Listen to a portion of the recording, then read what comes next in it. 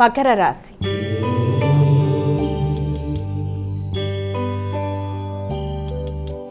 మైక తదుపరి రాశి అయినటువంటి మకర రాశి వారికి ఈరోజు ఎలా ఉంది?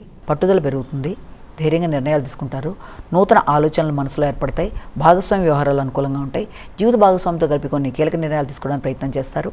అయినప్పటికీ కూడా జీవిత భాగస్వామితో కానీ భాగస్వామి వ్యవహారాల్లో కానీ మీకు స్త్రీలతో విభేదాలు రాకుండా తగిన విధంగా జాగ్రత్తలు తీసుకుంటూ ముందుకు వెళ్ళవలసిన పరిస్థితులు అయితే ఒకటి కనబడుతున్నాయి. అలాగే ఏదైనా వ్యాపార వ్యవహారాలకు సంబంధించిన విషయాల్లో కూడా తగిన విధంగా ఆలోచనలు చేస్తూ కొంత లేట్ అయినా జాగ్రత్తగా సమయాన్ని చూసుకొని ముందుకు వెళ్ళడం అనేది చాలా వరకు అవసరం ఉన్నది ఒకటి కనబడుతుంది. అలాగే దాంతోపాటుగా మీ ఎఫర్ట్స్ విషయంలో మీరు ఎక్కువ శాతం కృషి చేస్తారు, నూతన ఆలోచనలు ఏర్పడతాయి. కుంభరాశి.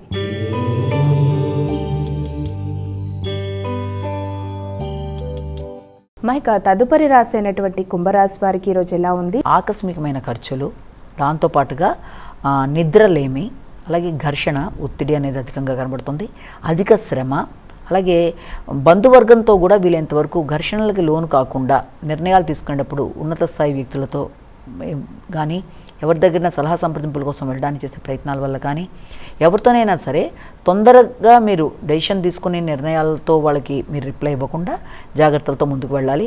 ఆకస్మికమైన ఖర్చులతో పాటుగా ఈ యొక్క పోటీలకు సంబంధించిన విషయాలు, శ్రమ, ఒత్తిడి అనేది అధికంగా ఉండడం, అలాగే దాంతోపాటుగా వృత్తిపరమైన ప్రయాణాలు, ఇలా లాంగ్ జర్నీస్ లాంటి వాటి వల్ల వచ్చే ఒత్తిడి మొదలైన వాటికి అవకాశం ఉంది. మీనరాశి.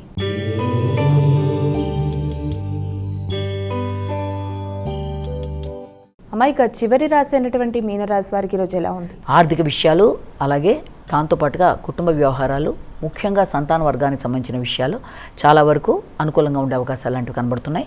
మీ ఆలోచనలతో వారి ఆలోచనలు సమన్వయపరుచుకోవడం బట్టి కొన్ని మంచి నిర్ణయాలు తీసుకునే అవకాశాలు లాంటివి కనబడుతున్నాయి.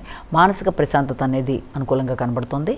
అలాగే దాంతోపాటుగా ఏదైనా మీ యొక్క స్వగ్రామాన్ని సందర్శించడానికి మీరు ఎక్కువ ప్రయత్నాలు చేస్తూ ఉంటారు. ఆధ్యాత్మిక ఆలోచనలు ప్రబలుతాయి. దాంతోపాటుగా మీ యొక్క స్వగ్రామం, తల్లి, అలాగే ఏదైనా విద్యా సంబంధమైన విషయాలలో అనుకూలతలు లాంటివి, నూతన విషయాలు నేర్చుకోవడానికి ఎక్కువ శాతం కృషి చేస్తారు. అవన్నీ కూడా చాలా వరకు అనుకూలంగా ఉన్నట్టుగా మనం ఇక్కడ భావించవచ్చు.